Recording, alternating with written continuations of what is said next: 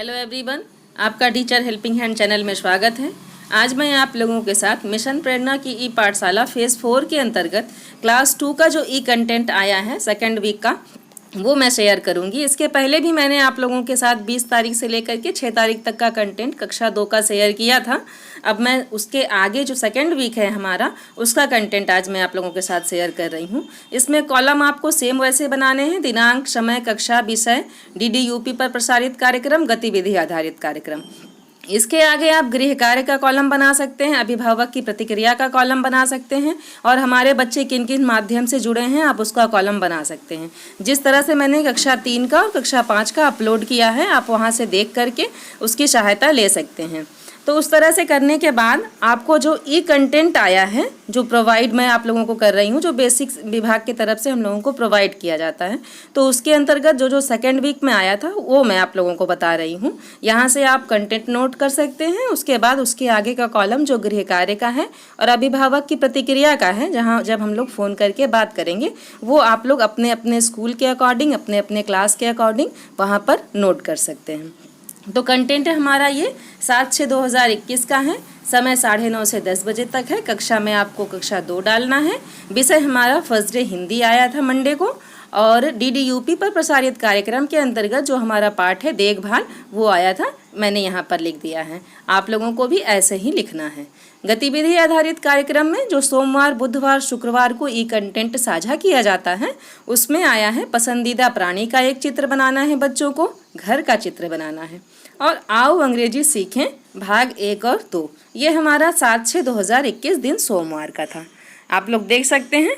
फिर नेक्स्ट हमारा देखिए मंगलवार का है। मंगलवार को क्या करना है हमें? 9:30 से 10 टाइमिंग कक्षा 2 का हमेशा यही रहता है, 9:30 बजे से 10 बजे तक का। ये DDUP पर प्रसारित होने वाले कार्यक्रम का समय है। फिर सब्जेक्ट जो है हमारा वो मैथ्स का, गणित का आया है। इसमें चैप्टर है बड़की का फीता, ये आपको लिखना है।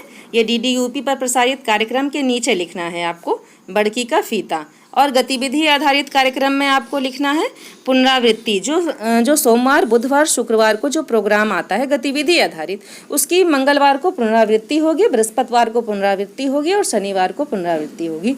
ये आप सब जानते हैं, तो इसलिए मैंने यहाँ पर पुनरावृत्ति लिख दिया है। आओ अंग्रेजी सीखें जो आ रहा है एपिसोड, वो पर डे आता है, तो वो हमें यहाँ पर लिखना है। तो आओ अंग्रेजी सीखे का एपिसोड 2 और 3 आया था, जो मैंने दिनांक 8/6/2021 को लिखा है।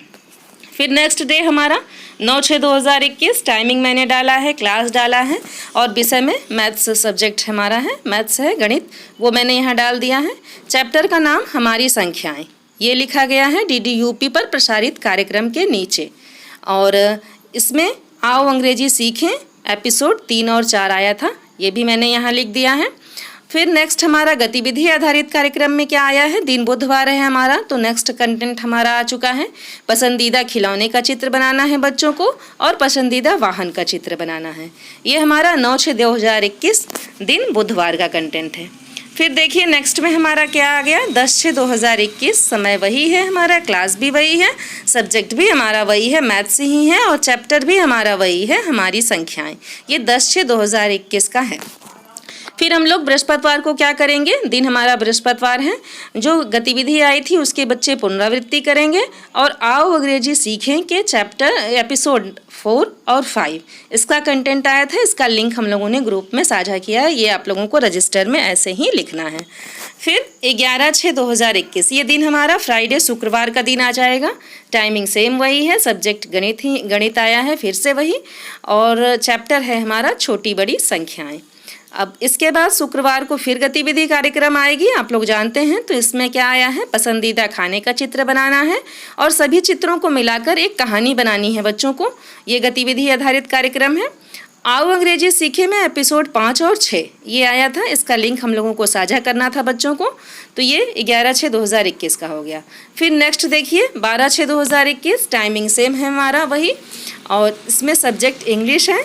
इंग्लिश के अंतर्गत जो हमारा चैप्टर था, लेसन हमारा, वो लेट्स स्पीक था, वही मैंने यहाँ लिख दिया। फिर सैटरडे को हम लोग क्या करेंगे? जो गतिविधि आधारित कार्यक्रम है उसी की पुनरावृत्ति करेंगे। आओ अंग्रेजी सीखे में एपिसोड 6 और 7 ये आया है, इसको मैंने यहाँ लिख दिया। फिर नेक्स्ट हमारा संडे का दिन आ गया 13/6/2021।